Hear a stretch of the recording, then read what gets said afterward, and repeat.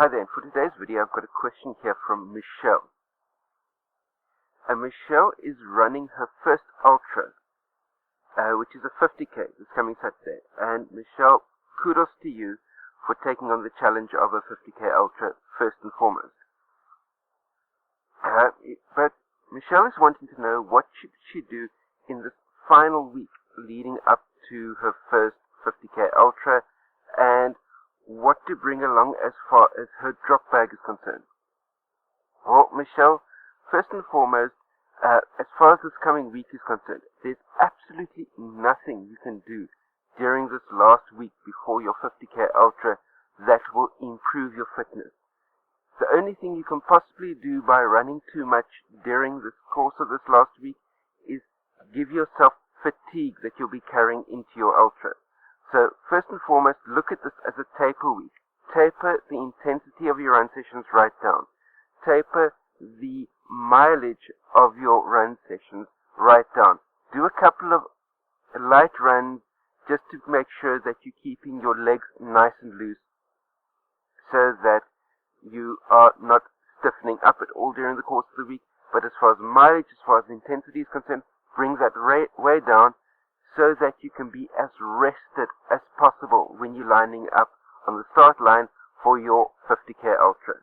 Then, importantly, as far as your drop bag is concerned, besides any personal nutritional needs that you might have, the following items I would be looking at as vital within your drop bag. Certainly, the organizers may have some drop bag recommendations, like for instance maybe something like a small first aid kit or something like that if you pick up any cuts and scratches or things like that along the way. But personally, the following things that I would count as being vital within your drop bag. First and foremost, have some sort of lubricant, some sort of body glide in case you pick up any chafing during the first part of your ultra, and so that you can apply some lubricant and relieve the chafing as far as the second half is concerned.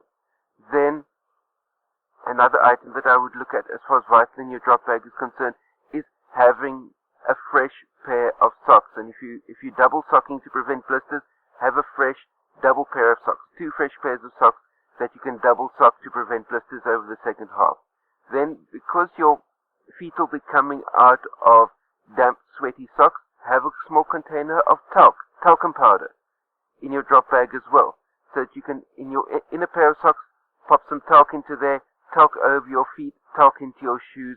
That way you'll be able to dry the inside of your shoes out, dry your feet before putting them into your fresh pair of socks, before tackling the second half of your ultra. Again, depending on what your weather conditions are like for your ultra, you may be, or if there's a chance that the weather might be changeable, something along the lines of maybe an item of warm clothing, something like a base layer that you can pop underneath your race shirt to be able to keep yourself warm if the weather is looking changeable, if the weather is looking doubtful. If the weather is cold anyway and you are running with a base layer on, have a spare base layer in your drop bag.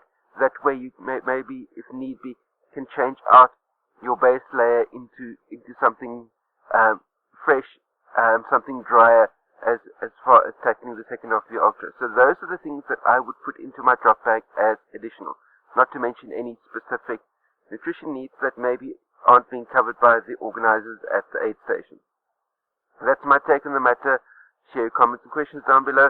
Don't forget to share this out amongst your running friends as well. If you like this type of content, give me a thumbs up. If not, a thumbs down. That way I know what to be putting out in the future. And last but by no means least, there's a big red subscribe button down there as well.